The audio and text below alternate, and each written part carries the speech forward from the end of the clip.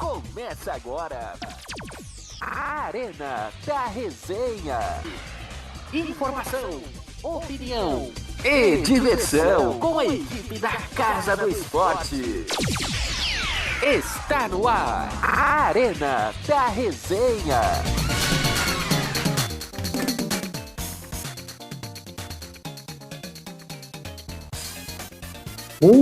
Muito boa noite para você que se liga aqui na Casa do Esporte, na Web Rádio Arena BR, agora 8 horas mais 11 minutos. Então no ar mais um Arena da Resenha, rapaz. Vocês estão estranhando essa voz deste programa, né? Nem Vitor Cunha, nem Wellington Kessa puderam participar hoje, mas eu, PH Andrade, estou aqui, assumindo então o Arena da Resenha, né? Bem, hoje muito especial, a gente vai falar de saúde no esporte, vai falar sobre a enfermagem esportiva, vai falar sobre os eventos esportivos, bastidores, os cuidados com os atletas nessa paralisação da Covid. Vai ser um debate muito legal sobre saúde e, como diria o poeta, saúde é o que interessa e o resto não tem pressa. Então já vou chamar na minha mesa, começando por ela, a nossa especialista de saúde aqui da casa, Camila Lino. Muito boa noite para você. Boa noite, PH, boa noite a todos. Bom, é uma satisfação enorme estar aqui junto com vocês em mais um Arena da Resenha. E hoje, né, mas é impossível dizer que não é especial porque me afeta diretamente, né, PH? Então, é algo que eu amo, que eu me entrego praticamente desde sempre. Então, vamos que vamos e é isso. Quem está com a gente também nessa mesa consagrada é ele, o filósofo da Arena BR, o rei de Arari. Ah, rapaz, espero que a pandemia voltar em Carari ficará pequena novamente para ele.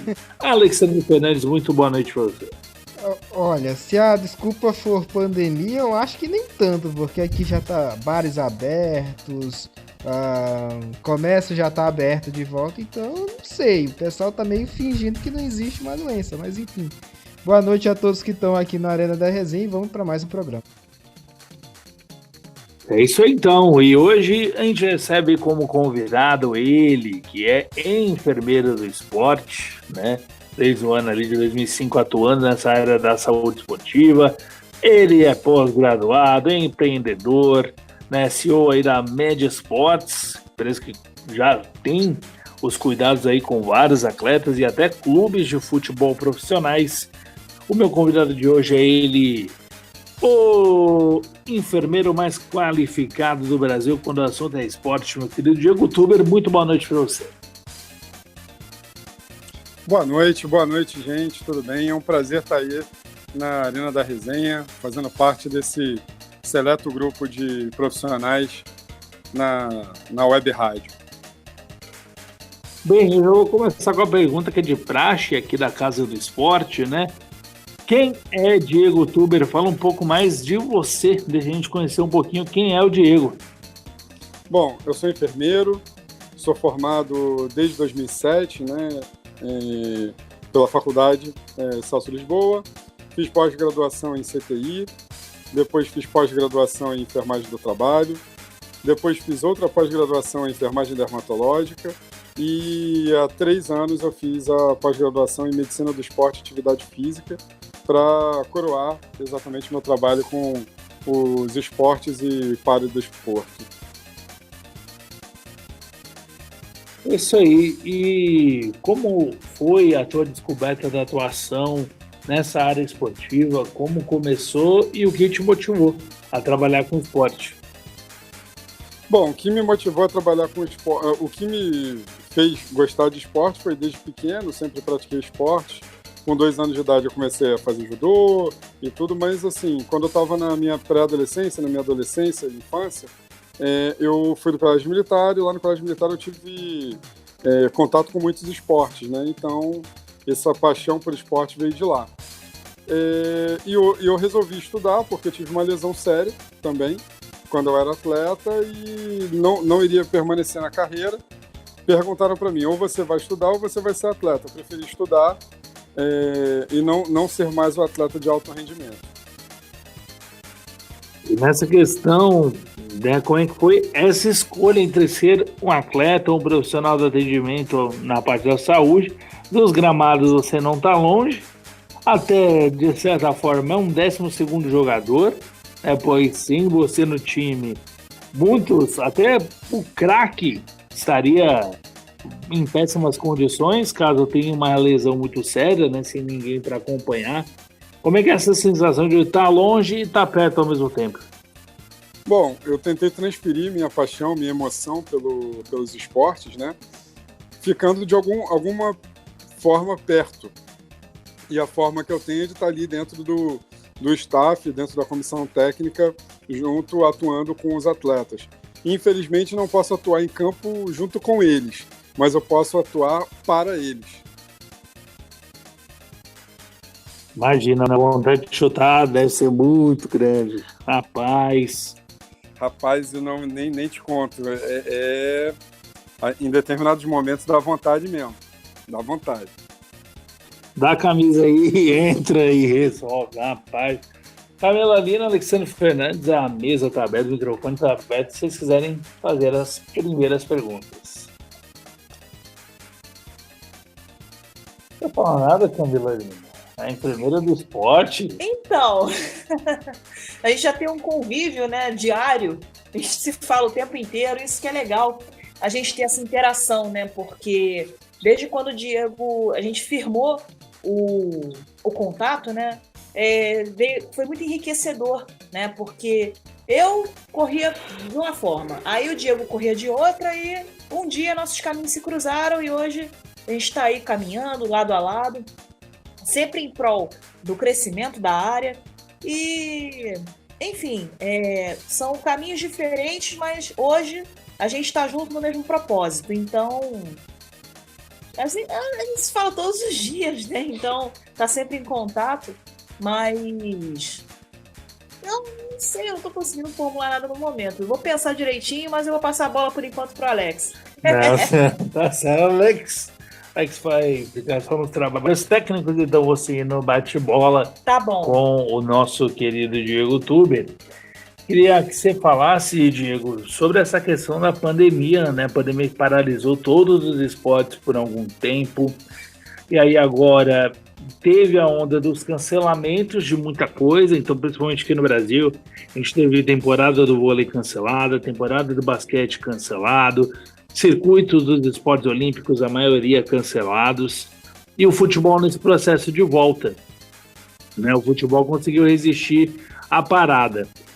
Para mim, existe o início, onde tudo parou, o meio do planejamento da volta, e agora esse fim do planejamento da paralisação dos esportes, a volta pouco a pouco do futebol. Pode discorrer à vontade, Diego. Qual é a sua opinião sobre essa questão da pandemia e a forma que ela foi tratada e essa adaptação para o chamado novo normal? Muito interessante a tua pergunta. Inclusive, hoje foi a FIA, né, a Federação Internacional de Automobilismo, falou que o Grande Prêmio do Brasil de Fórmula 1 foi cancelado, né, exatamente por conta da pandemia. E nós estamos ainda na dúvida se vai ter o Grande Prêmio Brasil de 2021, porque o contrato terminava esse ano, né, juntamente com a Fórmula 1. Então, olha só o quão a pandemia foi prejudicial para a economia mundial e principalmente, puxando aqui para o nosso lado, para a economia brasileira, né? A Fórmula 1, ela movimenta milhões e milhões de dólares, reais e euros, né? Quando faz. Mas com relação ao protocolo, eu, na minha humilde opinião, eu creio que o Brasil ele errou na forma como conduziu a pandemia.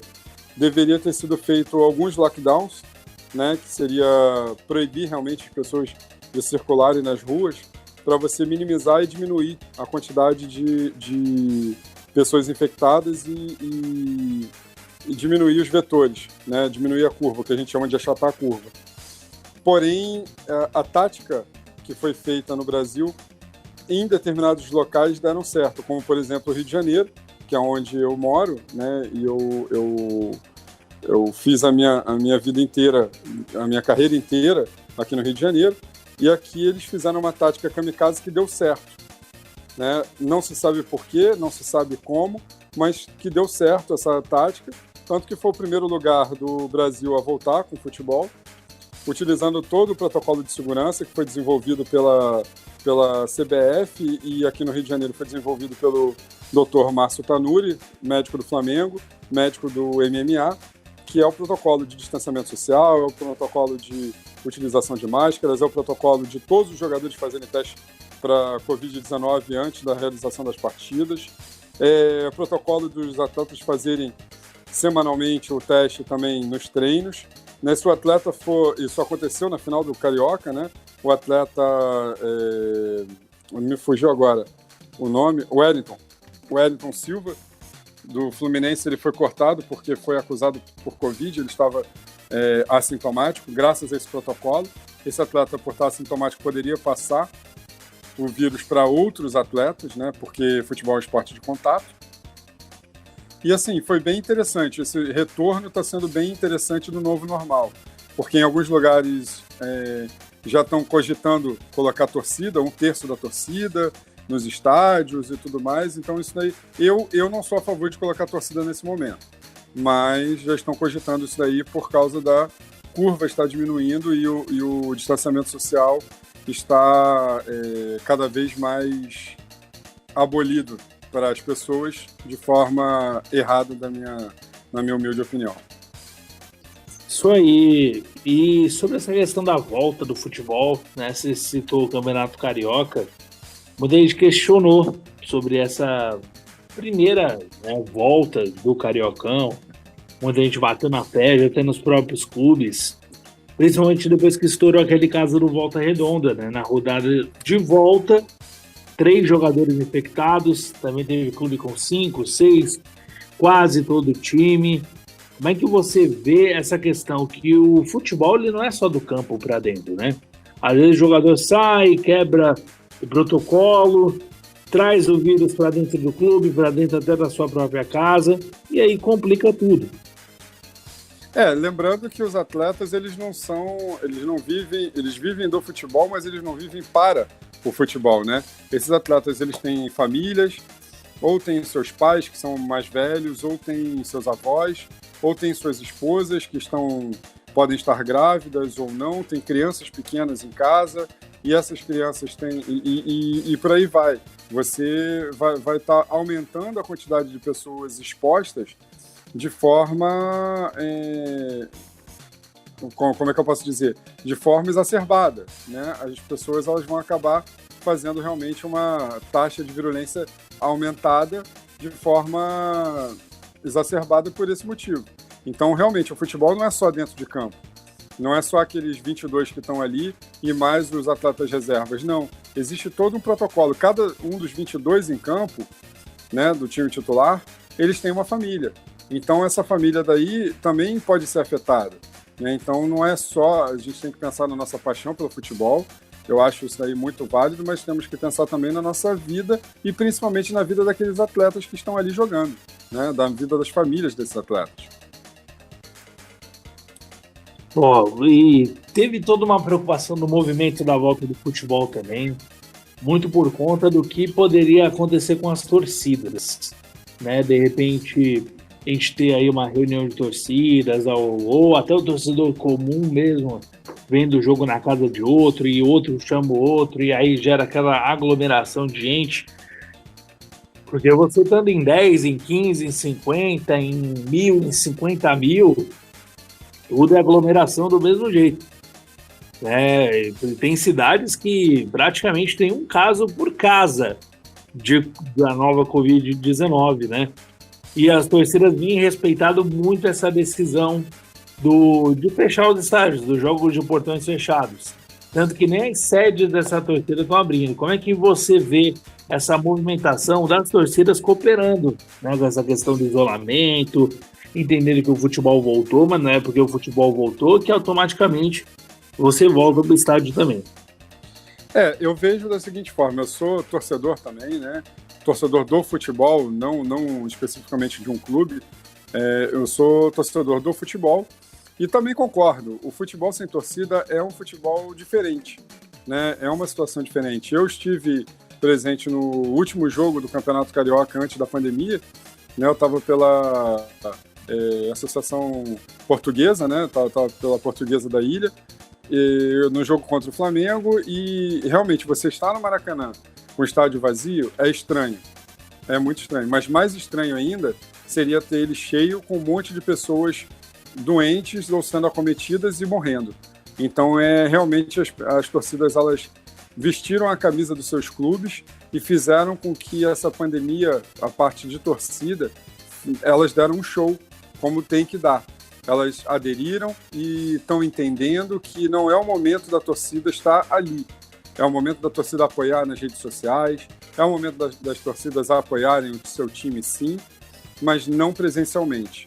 Isso daí eu achei bem importante das torcidas. Você que disse o próprio Maracanã, né? Uma outra controvérsia dessa volta do futebol carioca foi a questão do Maracanã estar do lado do hospital de campanha do outro. Agora que a gente tem um especialista de esporte, de saúde no esporte, né? O quanto o jogo está de um lado, o hospital está do outro, pode afetar diretamente um ou outro. Ou não tem nada a ver, a FERJ foi correta em ter jogos do Maracanã, mesmo com o hospital de campanha logo ao lado. Olha, PH, eu acho que, assim, o meu ponto de vista, como o jogo foi sem torcida, foi um jogo apenas com as comissões técnicas reduzidas, graças ao protocolo, e os jogadores, eu não vejo problema nenhum de ter um jogo ao lado de um hospital de campanha. Tá? Porque eu já vi estádios que são ao lado de hospitais, já vi estádios que são ao lado de cemitério, eu já vi o estádio do Maricá, por exemplo, o campo do Maricá, da 2ª divisão do Campeonato Carioca, é do lado do cemitério.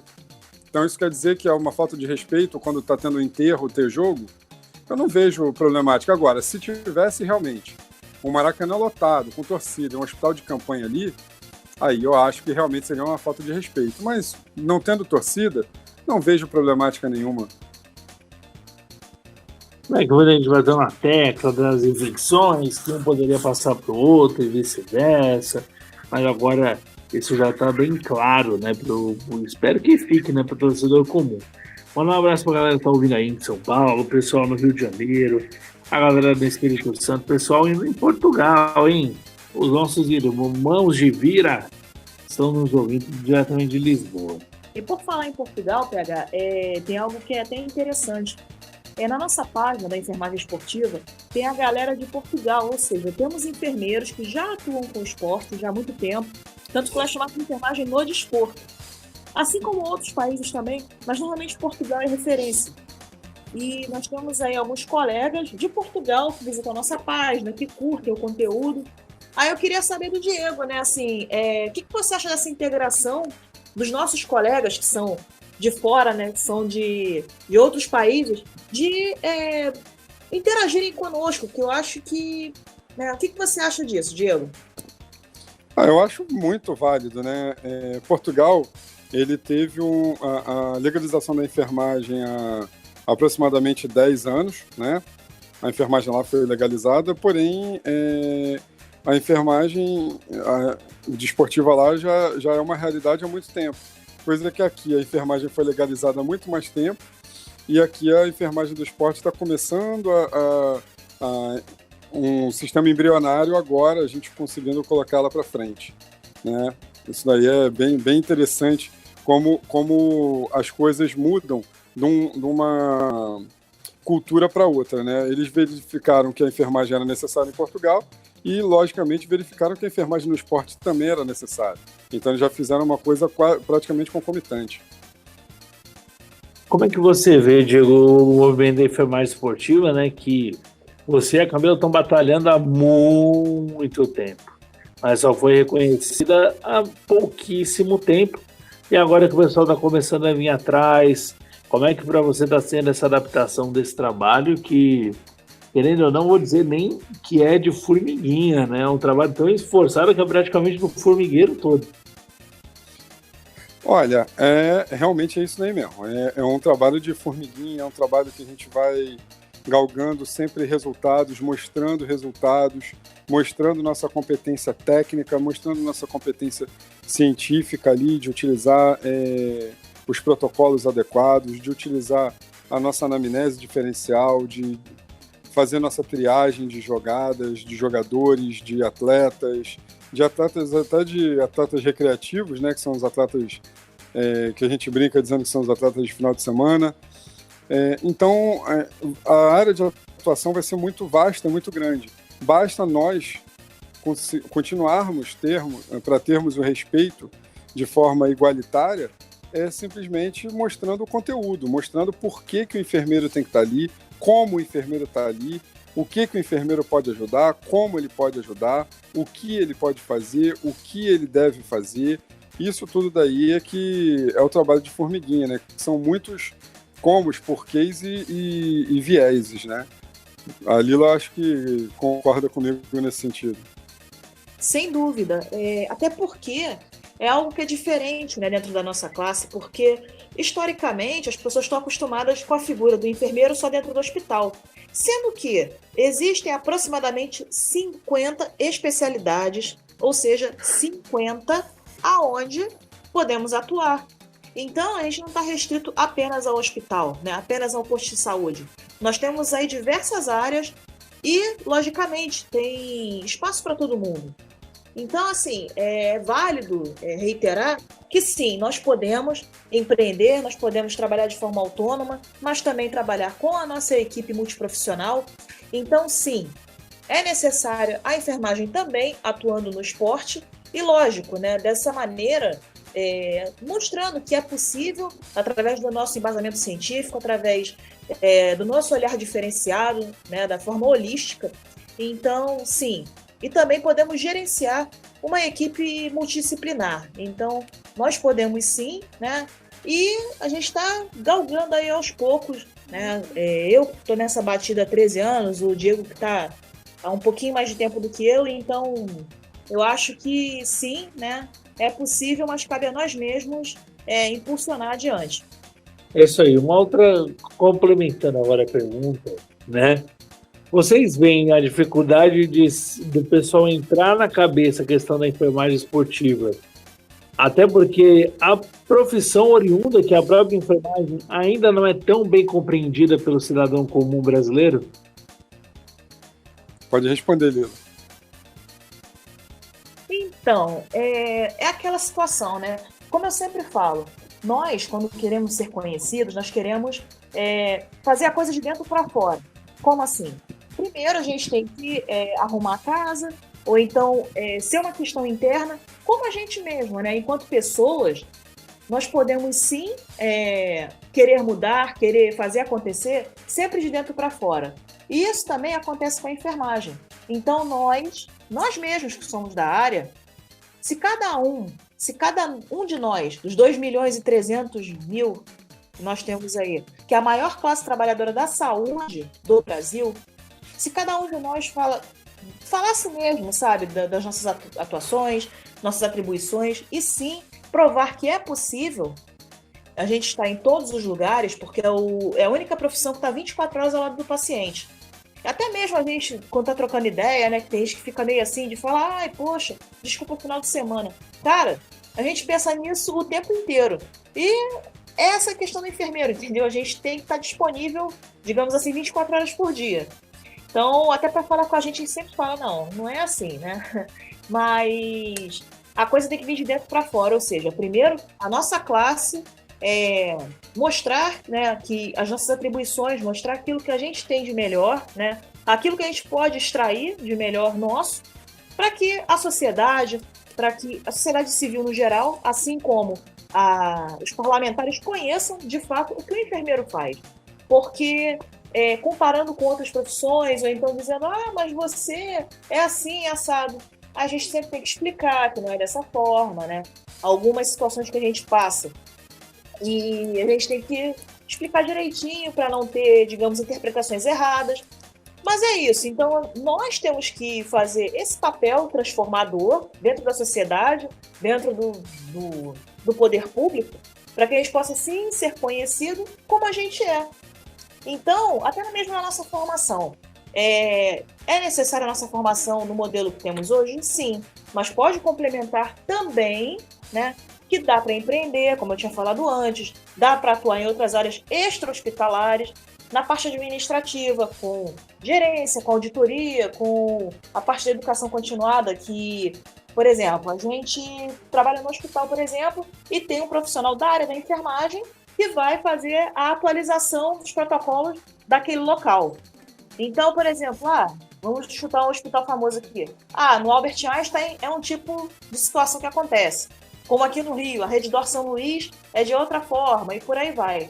Então, tem N profissionais da enfermagem que atuam em diversas áreas, e há especialidades ainda que a gente não conhece.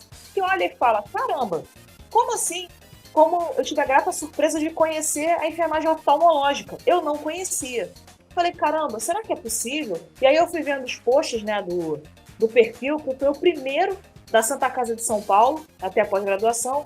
Falei, caraca, tem tudo a ver mesmo. Então a gente se surpreende cada vez mais dentro da nossa profissão. E é isso, nós temos um leque de oportunidades, mas cabe a nós, que somos da área, divulgar dessa forma. Sempre com conhecimento, com embasamento científico, claro, né? Sempre com o olhar que só nós temos. Algo complementar, Diego? Quero sim. Em cima do que a Lila falou também, tem uma situação bem interessante, porque na Europa, por exemplo, a enfermagem ela já é setorizada. Né? A área de saúde, na verdade, é setorizada, mas dentro da área da enfermagem também é setorizado. Quando eu tive a oportunidade de participar da Olimpíada de Londres, eu já tinha verificado isso, mas quando eu participei da Olimpíada do Rio, verificamos isso com uma maior clareza, porque eu estava no processo desde o início até o final, né? Foram 3 meses, a Olimpíada durou 1 mês, e eu fiquei 3 meses no Comitê Olímpico, trabalhando no pré-games, né? Nos games e nos pós-games. Então isso daí foi bem interessante, porque, vou dar um exemplo, a Camila falou sobre a enfermagem oftalmológica. Lá em Londres, por exemplo, existem enfermeiros que são flebotomistas. São especialistas em pegar as veias para fazer o acesso venoso periférico. Eles só fazem isso. Eles são contratados única e exclusivamente para fazer isso. Existem os enfermeiros que só utilizam a massagem. Eles ficam fazendo como se fossem as irrigações periféricas dos pacientes para fazer com que esse paciente tenha uma circulação periférica correta. Então, assim, são vários setores que já lá na Europa já existe há muito tempo. Para a gente aqui, que está começando esses setores a serem bem distinguidos, né? E isso daí está acontecendo realmente de forma bem interessante, bem legal, e não de forma errada, ou de forma... Não é nesse sentido, é no sentido de estamos melhorando, qualificando e, principalmente, melhorando a qualidade do atendimento do nosso bem maior, que é o paciente, né? Diego, você que falou dos Jogos Olímpicos, é muito diferente. Qual que é a sensação de chegar e trabalhar em 30, 40 dias tão intensos quanto é o dia das Olimpíadas? É o mundo inteiro para fazer atendimento, hein, Diego? Literalmente. Rapaz, é uma emoção que eu posso te dizer que é uma emoção ímpar, né? Que nós sentimos. Não tem um sentimento que eu posso te dizer. É uma coisa muito, muito boa, né? E quando você está ali, você está atendendo o mundo inteiro. Nós tivemos a oportunidade de atender um iraniano, tivemos a oportunidade de atender um francês, né, que foi o acidente mais cabuloso, vamos botar assim, das Olimpíadas, né? Foi bem interessante e é uma emoção indescritível. Você que falou da história do francês, né? A gente estava até dividindo ela lá no Instagram. Você que ainda não segue lá o @webarenabr. Aproveite e reveja a live também que a gente fez assim que acabar aqui o programa. Conta essa história de vídeo que é um case maravilhoso. Essa história do francês, né? Isso. Então, esse francês, o Samir Aid, ele foi estava fazendo aquecimento, era um atleta que estava sendo aspirante à medalha de ouro olímpica para o salto sobre o cavalo. Ele fez o salto no último momento do aquecimento, ele foi fazer o salto, ele aterrissou de forma errada. Quando ele aterrissou, ele teve a fratura de tíbia e fíbula, de forma a exteriorizar os ossos, que é o que no popular a gente chama de fratura exposta. E aí esse atleta foi, quem estava no atendimento, tive a oportunidade de estar nesse atendimento, né, juntamente com 2 médicos e 2 fisioterapeutas, fizemos o atendimento desse atleta de forma adequada, né, e esse atleta, 9 meses depois, estava competindo em alto rendimento, conseguindo o 4º lugar no campeonato mundial, sendo que ele foi operado, ele fez todo o protocolo que qualquer pessoa faria, logicamente um atleta de alto rendimento, mas ele, em 9 meses, pelo atendimento que foi prestado a ele pela equipe multidisciplinar, esse atleta voltou a competir em alto rendimento após 9 meses. É maravilhoso, né? Poder testemunhar uma história tão bonita, tão forte, né? Porque em um segundo parece que tudo vai acabar, mas meses depois volta e volta tão bem quanto estava antes, né, Diego? É verdade, é verdade. E assim, quem quiser procurar na internet, né, bota lá no YouTube, acidente com francês na Olimpíada Rio 2016. Vocês vão ver o acidente. O acidente é um acidente feio, é um acidente que você precisa ter um pouco de sangue frio para ver, porque é um acidente realmente bem chocante, né? Mas vocês vão ver também o atendimento da equipe multidisciplinar, que foi um atendimento muito importante, porque nós temos o treinamento, né? Que é o que a Camila estava falando. O treinamento é muito importante da equipe multidisciplinar para ser realizado ali, né? Se não tivesse treinamento, a gente não tem como fazer parte do staff de nenhum esporte. Eu só vou complementar a fala, porque como eu participei dos Jogos Pan-Americanos em 2007 e outros eventos também, né, não só atuando com a saúde, mas também atuando em outras frentes. E posso dizer que, cara, é uma responsa muito grande, porque você está lidando com pessoas que não são daquele ambiente, né, daquela cultura. Então você tem que pensar à frente também até nisso. Então, por exemplo, alguém do mundo árabe que come cordeiro de frente para Meca, digamos assim, que eles têm alguma coisa lá com eles, que eles só fazem todas as coisas de frente na direção de Meca. Então, a gente tem que pensar como é que vai atender esse cara. Então, tem peculiaridades dos países, né, das culturas, até isso a gente tem que respeitar. Como, por exemplo, teve uma situação no futebol feminino em que a atleta estava jogando com o hijab, né, com o véu, e aí caiu.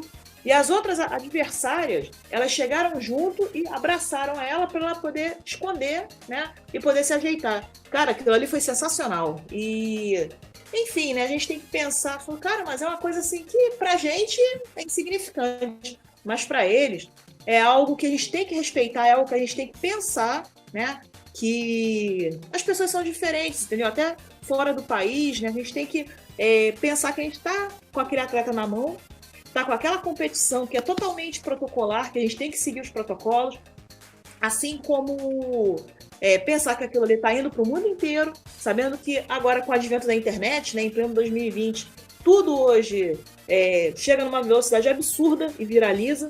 Então a gente tem que pensar nisso tudo, né, no atendimento que a gente presta, né, tá sempre preparado.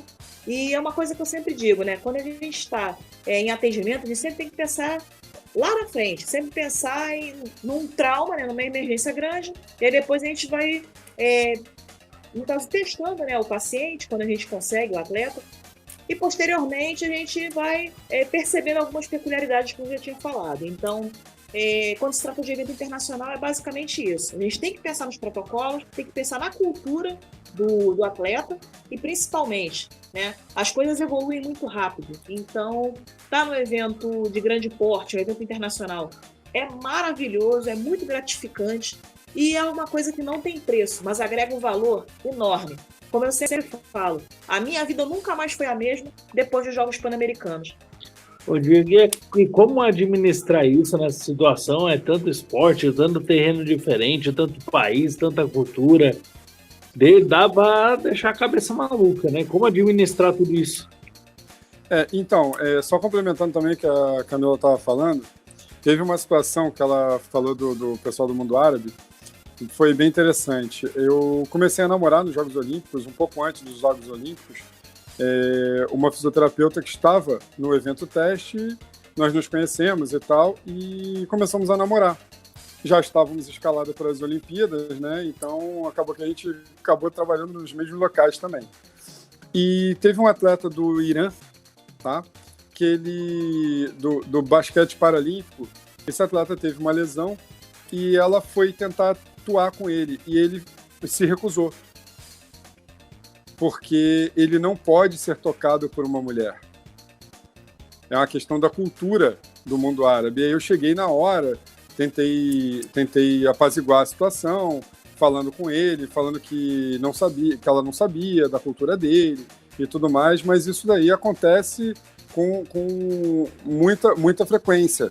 Quando eles saem do mundo árabe, ela falou a questão do véu das meninas, né? Também foi uma situação bem interessante essa daí, porque ele se recusou. Ele ficou na defensiva, falando não, don't touch me, que é não me toque em inglês, para exatamente que ele não podia ser tocado. Né? Isso a questão das culturas são fascinantes. Né? E com relação à virada para Meca, são 6 vezes por dia que eles têm que fazer as orações deles virados para Meca. Tá? Então, por isso que eles ficam. Mas a refeição, não. A refeição ela é feita de forma sagrada e não necessariamente virado para Meca. E essa questão de administrar tudo isso, Diego, como é que ficam esses dias tão intensos, né? Que é muita coisa, muito esporte, terrenos diferentes, culturas diferentes, como é administrar tudo isso pensando na questão da saúde? Então, aí a gente vai trocando o chip da cabeça, né? Que a gente tem aquele microchip na cabeça, e a gente vai trocando. O problema é quando a gente troca o chip errado e entra na cultura errada e no esporte errado, né? Aí a gente comete a gafe, que é totalmente natural. Mas, assim, brincadeiras à parte, realmente a gente tem que administrar e tem que ter muito cuidado. Né? Infelizmente, na Olimpíada, a gente perdeu um atleta também iraniano, né? No ciclismo de estrada. Ele teve uma queda, roubaram o colchão da onde ele estava, onde era para ter colchão, roubaram no dia anterior, e esse atleta bateu com a cabeça, aparentemente não foi nada, né? E esse atleta foi levado para a ambulância e fizemos todo o atendimento correto, tudo certinho, mas esse atleta teve uma lesão muito séria por estarmos lá no recreio, lá no final do recreio, já, né, na parte de Vargem Grande, praticamente. Esse atleta demorou a chegar no hospital para fazer uma tomografia e, infelizmente, ele faleceu. Foi um atleta, depois de quase 60 anos, foi um atleta teve a morte decretada nos Jogos Olímpicos, né? No caso Paralímpicos, que ele é de paraciclismo. Então é complicado. E hoje, eu e a Camila, nós estávamos atuando num jogo do Queimados contra o Porto Real e eu sou contratado pelo Queimados, né? A Lila estava lá me ajudando, como sempre, fazendo um trabalho maravilhoso junto comigo. E aí tivemos que atender o atleta do Queimados. E aí tivemos que nos dividir porque ele teve uma concussão cerebral leve, né? E a primeira coisa foi seguir o protocolo, né? De excluir o atleta do jogo, fazer todos os protocolos com ele e tudo mais, e orientar ao time, né? No caso não era o nosso time, era o time adversário, orientar a equipe técnica para esse atleta, no mínimo, fazer uma radiografia, uma tomografia, para verificar o estado clínico desse atleta. Você tocou num bom ponto. Às vezes, não digo só no futebol, tá? No basquete, no futebol americano, no vôlei. Às vezes, uma equipe tem todo o time médico preparado ali para o pronto atendimento e o outro não. né? O quanto que você vê nessa visão, o quanto é importante um ajudar o outro, de repente ter um profissional, ou até mesmo o chefe do próprio clube, que eu acho isso muito fora totalmente da ética, né? Deixar de prestar um atendimento só porque é de um clube adversário. E, ao mesmo tempo, o quanto é importante a gente ter a popularização da enfermagem esportiva para justamente a gente ter o enfermeiro de pronto atendimento para cada clube. Bom, é um ponto muito interessante isso, porque, assim, eu creio que todos nós da área de saúde, independente seja enfermeiro, seja médico, seja fisioterapeuta, seja nutricionista, o nutricionista não vai a campo, né? No caso, seria o médico, o enfermeiro e o fisioterapeuta a estarem atuando ali no campo. Eu acho que ninguém se negaria a atender o atleta do time adversário, né? Independente de qualquer coisa, nós somos e temos juramento para salvar e cuidar de vidas. Então, eu creio que não teria nenhuma problemática de algum profissional multidisciplinar em atender o atleta adversário de forma igualitária com um atleta do seu clube. Eu creio que a enfermeira Camila também pensa da mesma forma. Com certeza. Fizemos um juramento, né, na nossa formatura. E é isso, cara. É igual aqui. Eu passei por uma situação no ano passado onde teve um campeonato amador aqui, foi a Copa Nova Onda FN, aonde foi esse campeonato, né, a respeito de times amadores. Ou seja, eu estava ali para atender os dois, independente de quem fosse. E, logicamente, sempre me apresentava a arbitragem dizendo, olha, eu sou enfermeira, estou aqui à disposição. Se precisarem, seja para vocês da arbitragem ou para os atletas, é só chamar que eu estou aqui o tempo todo de olho.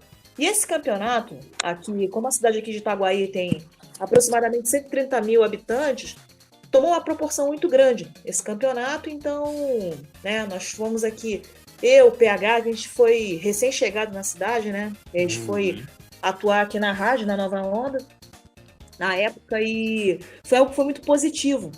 Então, até então, ninguém sabia que existia o enfermeiro atuando no esporte. Então, não tinha outros profissionais, né? Porque era campeonato amador.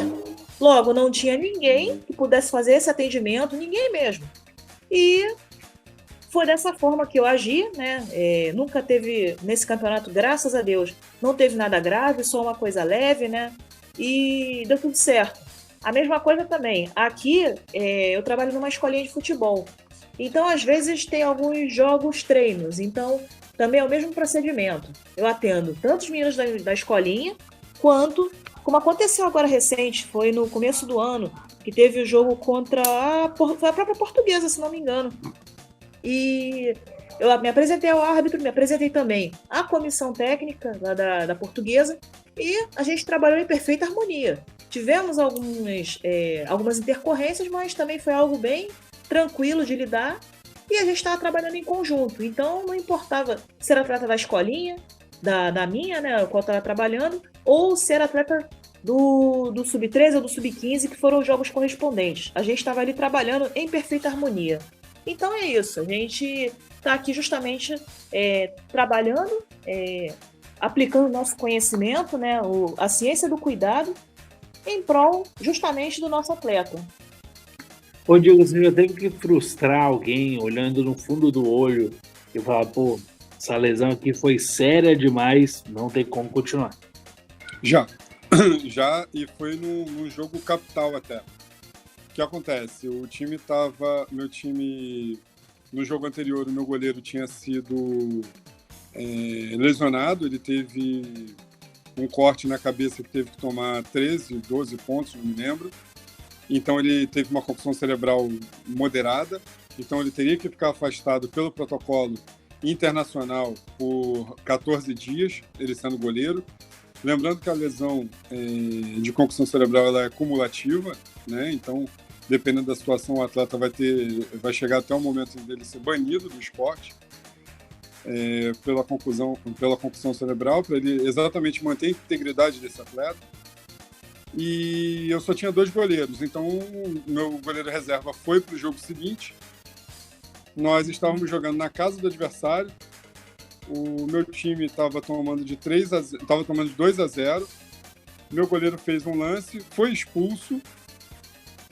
e ficamos sem goleiro, né, para o próximo jogo, então eu já estava desesperado. O meu zagueiro titular também tinha tomado o terceiro cartão amarelo, tomamos o terceiro gol, o meu atacante foi pro gol, tomamos o terceiro gol, e faltando 20 minutos mais ou menos para terminar o jogo, nós já estávamos com 10 em campo, as 3 substituições já haviam sido feitas, e o meu zagueiro, que tinha tomado o terceiro cartão amarelo, resolveu dar um chute, estourou a musculatura da coxa, ele tendo 2,10 metros de altura, e um cara forte, zagueiro, aquele zagueiro tipo truculento. Eu tenho 1,85 m, fui ver a lesão dele, ele falou assim, eu vou voltar. Eu falei assim, não, você não vai voltar. Se você voltar, você vai se machucar. Eu já estou suspenso no próximo jogo e eu vou continuar. Eu falei assim, não, você não vai continuar. Você tá fora, acabou. Ele, mas não tem mais substituição, falta 20 minutos, eu sou zagueiro. Eu falei assim, não importa. Para mim, infelizmente, o jogo já tá perdido. 3-0 ou 50-0 vai ser a mesma coisa. Agora, você não vai voltar. Você não vai voltar pro jogo. Ele queria voltar, fica aquele volta, não volta, volta, não volta. Ele acatou a minha decisão, foi pro banco de reserva com uma tromba gigantesca, né? Que ele queria estar jogando. E no dia seguinte, ele me mandou uma mensagem dizendo, poxa, Diego, muito obrigado por você não ter deixado eu voltar, porque com certeza a minha lesão ia piorar. Então eu tratei ele durante uma semana e ele conseguiu retornar normalmente aos treinos e ao jogo subsequente. Pô, bacana. Esse é o diferencial do trabalho, né? Você tá ali no dia a dia, acompanhar, e até essa questão de saber o que é o atleta, como o atleta funciona, o que é melhor para X, o que é melhor para Y, é fundamental, né? Para quando acontecer alguma situação, você já saber o que fazer, quando fazer, quanto tempo vai durar, e a orientação certeira para essa pessoa, não generalizada pro profissional jogador de futebol, mas sim pro jogador em específico, né, Diego? Sim, com certeza. Hoje, você teve a oportunidade de ver a minha atuação em campo, não só com jogadores do Queimados, né, que é o time ao qual eu sou o diretor do Departamento de Saúde, como também dos jogadores do Porto Real, que eu estava preocupado com eles, preocupado com a questão da hidratação. O jogo foi de 10 a meio-dia, então isso daí tudo tem a hidratação que o jogador tem que fazer, tem toda a situação de lesão, pré-lesão, do aquecimento e tudo, e vários jogadores tiveram... foram ao meu encontro, né, reclamando de dores, reclamando de desconfortos, e teve o jogador que tomou um pisão, que a gente teve que também, foi frustrante para ele, que eu tirei ele do treinamento da próxima semana. Então isso daí, mas é realmente adaptável a cada atleta, né? Hoje você teve o prazer de acompanhar isso aí, né?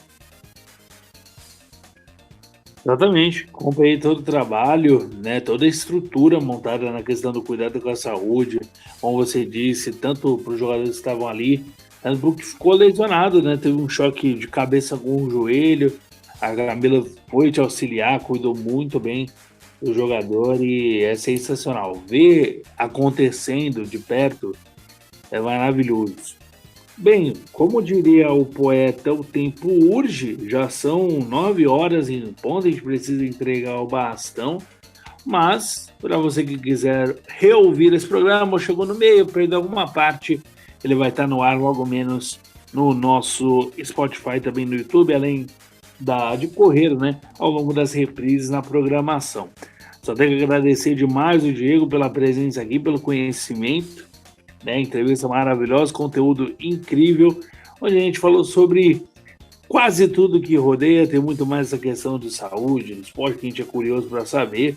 Então, se você quer a parte 2, deixa lá nas nossas redes sociais, só procurar em qualquer rede, Rádio Arena BR. Agradecer demais pela sua presença aqui, Diego, muito legal te receber aqui na Casa do Esporte. Eu que agradeço a vocês pela oportunidade de sempre estar divulgando, difundindo a nossa profissão, né? Eu estarei sempre disposto a ajudar, cooperar e somar, multiplicar conhecimento, e eu acho que essa é uma das funções, né, das nossas funções.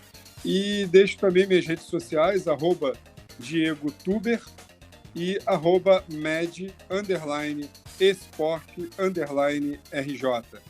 Se quiserem, podem seguir, tirar suas dúvidas, podem entrar em contato. Eu sou uma pessoa super acessível e estou à disposição de vocês para, se quiserem fazer a parte 2, estou à inteira disposição.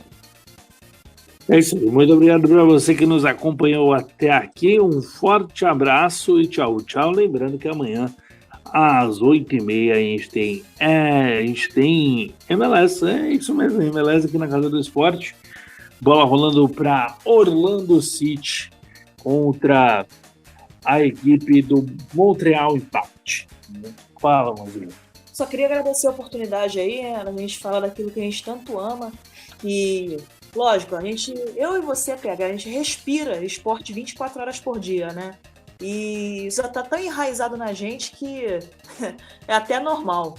Então, eu queria agradecer aí a presença da galera que estava ouvindo a gente, especialmente ao Diego, né? Dizer que o Diego, como você sempre fala, né, PH? O Diego está sendo um anjo na nossa vida, né? Principalmente na minha, em algo que eu sempre sonhei, em algo que eu sou apaixonada, né? E que eu não consigo mais me desvincular, graças a Deus. Então, eu queria agradecer aí, irmão. Valeu mesmo, por estar junto com a gente, por compartilhar aí um pouquinho, né, daquilo que a gente vive. Então é isso, cara. Valeu mesmo e tamo junto. Obrigado, Lila. É isso aí, então, meus queridos amigos. Muito obrigado a todos que nos acompanharam até aqui. Forte abraço e tchau, tchau. Web Rádio Arena BR, a minha, sua, nossa Casa do Esporte.